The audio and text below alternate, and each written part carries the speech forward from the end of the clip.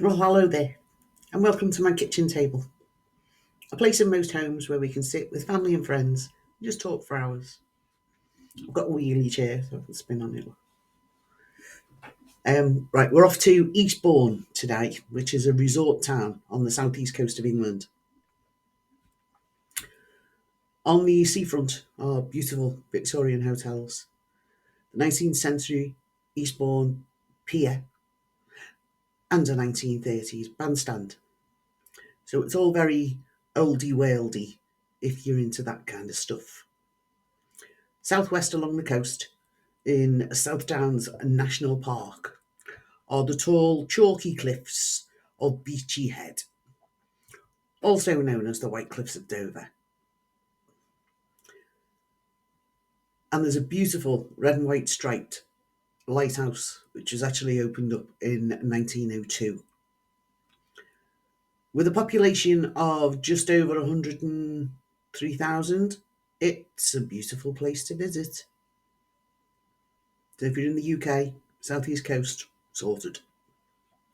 So, now that you're here, take a seat whilst I tell you a story. Dr. Death. No, it's not Harold Shipman. It's another one. John Bodkin Adams. Isn't that a great name? Was born and raised in Randallstown, Ulster, in Ireland, into a deeply religious family of Plymouth Brethren. That's a Protestant sect of which he remained a member for his entire life. His father, Samuel, was actually a preacher in the local congregation, but he was a watchmaker by profession. He had a passion for cars, which he actually passed on to his son, John. In 1896, Samuel was only 39 years old when he married Ellen Bodkin Adams.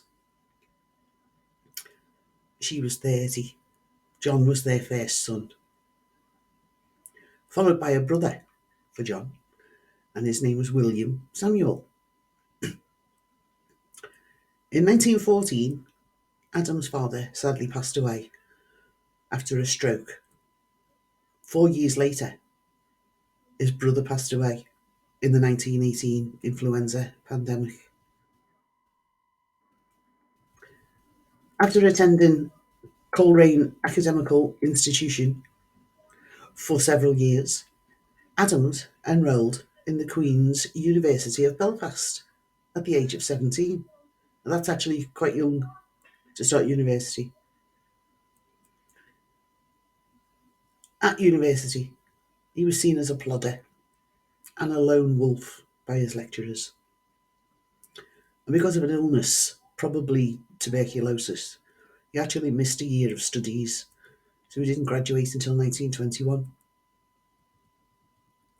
In 1921, surgeon Arthur Rendell Short offered Adams a position as assistant houseman at Bristol Royal Infirmary.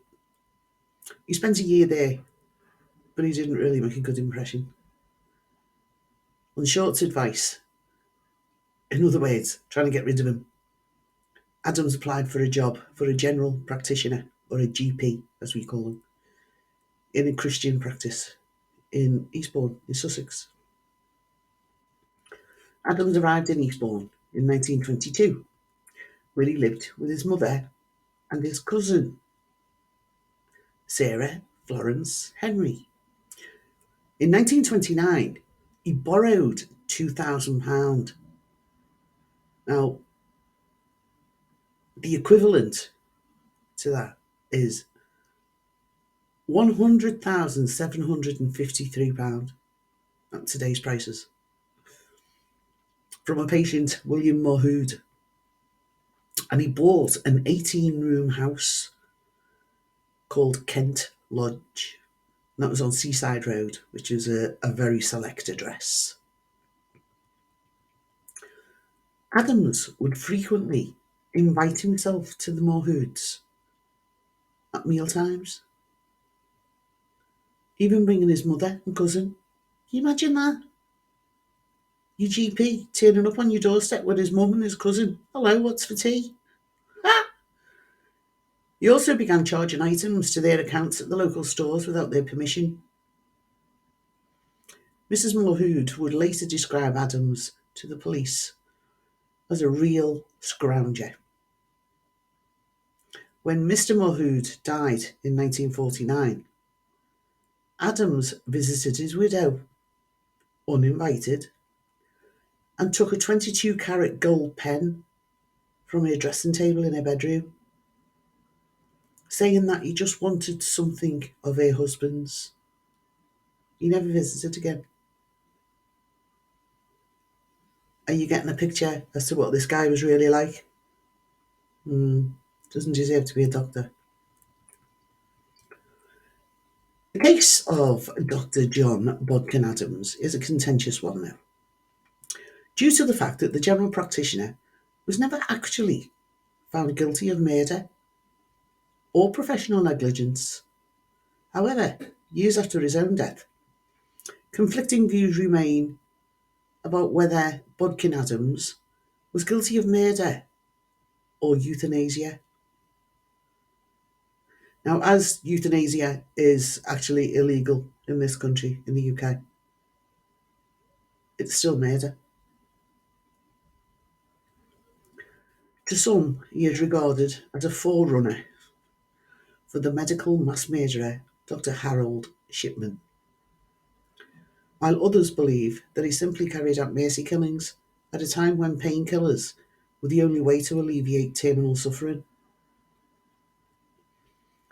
It is known that 163 of his patients died while in comas, which was deemed to be worthy of investigation. I should bloody think so. In addition, 132 out of his 310 patients had left Adams money or other items in their wills. You see where Shipman gets it from now. The middle-aged doctor was not known to be an outstanding practitioner, but he was recognised as being compassionate and considerate, particularly to his elderly patients who trusted him. There were, however, other aspects about his modus operandi that caused concern, mainly his tendency to use dangerous drugs and what some critics have described as a pathological interest in his patients' wills. It is where Shipman got it from. I wonder if they were related.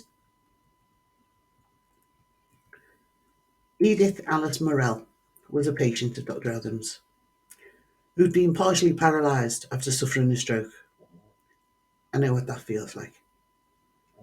Adams supplied her with a cocktail of heroin and morphine to ease her discomfort.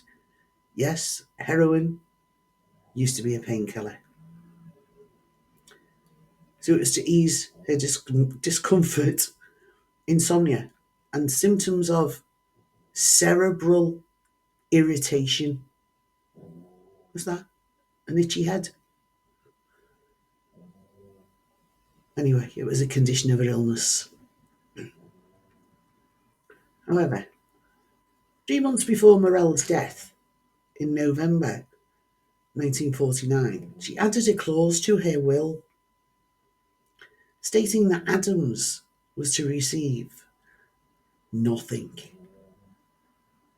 Despite this clause, Dr. Adams, who maintained that Morell had died from natural causes, still received a small amount of money, cutlery, and a Rolls Royce. Well, that's not nothing, is it? I can understand the money and the Rolls Royce, but knives and forks? Oh, mind you, it's silverware. Guess it was made of silver then. The second alleged victim of Dr. Adams does not occur until 7 years after Mrs. Morell had died. Gertrude Hullett was another patient of Dr. Adams who fell ill and then into unconsciousness. Despite not even being dead, Dr. Adams called a local pathologist, Francis Camps, to make an appointment for an autopsy.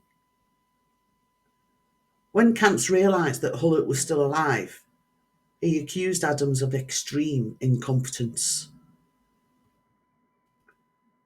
On the 23rd of July, 1956, Gertrude Hullett did die, and Adams recorded the cause of death as having been the result of a brain hemorrhage. An official investigation, however, arrived at the conclusion that she'd committed suicide. Camps, the pathologist, argued that she'd been poisoned with sleeping pills, just like Mrs. Morell before her. Hullett left several valuable items to Dr. Adams, including a Rolls Royce. What did he need another roller for? You know, you drive one at a time. In 1939, or 41, the records aren't too clear, Adams started injecting Mrs. Agnes Pike with drugs, including morphine. After some time in his care, Mrs. Pike's health deteriorated so much that the family, alerted by the proprietor of the guest house where she was staying, they called another doctor named Philip Matthew. Matthew established that there was no medical reason for Mrs. Pike to be treated. Adam's drugs, notably the morphine, put her in such a state that she was unable to recall her own name or age. She was smashed out of her brain. She was removed from Adam's care, and after about 8 weeks, she made an almost full recovery. She regained her mental faculties and was well enough to go out and do her own shopping. This was a rare case of one of Adam's victims surviving. Adam stayed in Eastbourne throughout World War II, and in 1941 he gained a diploma in anaesthetics. He worked one day a week at the local hospital, where he acquired a reputation as a bungler. He would fall asleep during operations, eat cakes, count money, and even mix up the anaesthetic gas tubes, leading to patients either waking up or turning blue. In 1943, his mother sadly passed away, and in 1952, his cousin Sarah developed cancer. Adams gave her an injection half an hour before she died. Gossip surrounding Adams began circulating around the close-knit seaside community. Whether there was truth in the allegations that Adam was an angel of death, preying on vulnerable, wealthy widows, or was an angel of mercy, kindly alleviating suffering, was up to conjecture. It appears that the death of Hullett in 1956 precipitated a state of affairs that was to bring Adams to the attention of the authorities. The gossip in the town finally led the police to investigate, and they arrested Adams on suspicion of murder. The general rumours that swept the genteel seaside resort were that Adams' bedside manner was to persuade a wealthy widow to write a will which left him money before administering a lethal concoction of drugs, which is actually what he was doing. Accusations and hearsay had reached such a peak that the local police had little choice but to undertake enquiries. At the same time, the press got hold of the story, and almost in a trial by media manner, helped reinforce the view that Adams was a GP with a sinister agenda. One headline: Inquiry into 400 wills. No doubt helped fuel the view that Adams was a potential killer. We didn't have any headlines like that when Harold Shipman was doing what he was doing. The police investigated for several months during 1956. Then, on October 1st of that year, they confronted Dr. Adams with their suspicions concerning the death of Mrs. Morell. In his defence, Adams argued that his ill patient suffered terribly from pain and wanted to die. He argued that it wasn't a crime to ease the suffering of the terminally ill, but it was the legacies left in the patient's wills that caused the police to remain suspicious over Adams' motivations. Adams' trial took place in March 1957. QC Sir Frederick Godfrey Lawrence, who acted as Adams' defence, made a point that the charge was based mainly on testimonies from the nurses who had tended Mrs. Morell. This trial was described as one of the greatest murder trials of all time and dubbed the murder trial of the century. The trial also established the doctrine of double effect, whereby a doctor giving treatment with the aim of relieving pain may lawfully, as an unconditional result, shorten life. Because of the publicity surrounding Adams' committal hearing, the law was changed to allow defendants to ask for such hearings to be held in private. Furthermore, although a defendant had not been required within recorded legal history to give evidence in their own defence as part of the right to silence in England and Wales, the judge underlined in his summing up that no prejudice should be attached by the jury to Adams not doing so, giving evidence on behalf of himself. It transpired that Mrs. Morell had been cared for on a 24-hour basis by a team of 4 nurses. The nurses testified that it had been Dr. Bodkin Adams' practice to inject his patients with grossly excessive doses of pain-killing drugs such as morphine and heroin. Despite being deeply shocked and suspicious of this behaviour, they felt that as nurses, there was very little that they could do. The situation looked bleak for Dr. Adams until his lawyer cross-examined the first of the nurses who had given such damning evidence. Lawrence managed to produce from her the fact that all injections given to Mrs. Morell had been carefully recorded in a notebook, together with details of her condition at all stages during her illness. This procedure was standard practice for any terminally ill patient. When Lawrence produced not one but 8 notebooks overlooked by police investigations, they proved to contain every detail of Mrs. Morell's treatment for several years before her death. The nurses themselves had also written in them, and during examination of the notes, it was discovered that their memories failed to correlate with their verbal evidence in court. Could it have been a case of that these nurses were allowing themselves to be influenced by malicious gossip circulating the town? Also, in Adams' favour was the fact that only one of the prosecutor's 2 expert medical witnesses was prepared to say that murder had been committed. Lawrence was also able to demonstrate that he was not a reliable witness.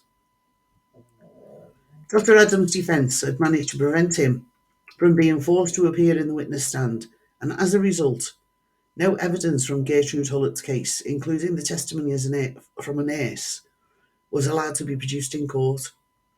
This particular nurse, who had worked with Adams while attending Hull's in 1956, had allegedly remarked to him, "You do realise, Doctor, that you have killed her."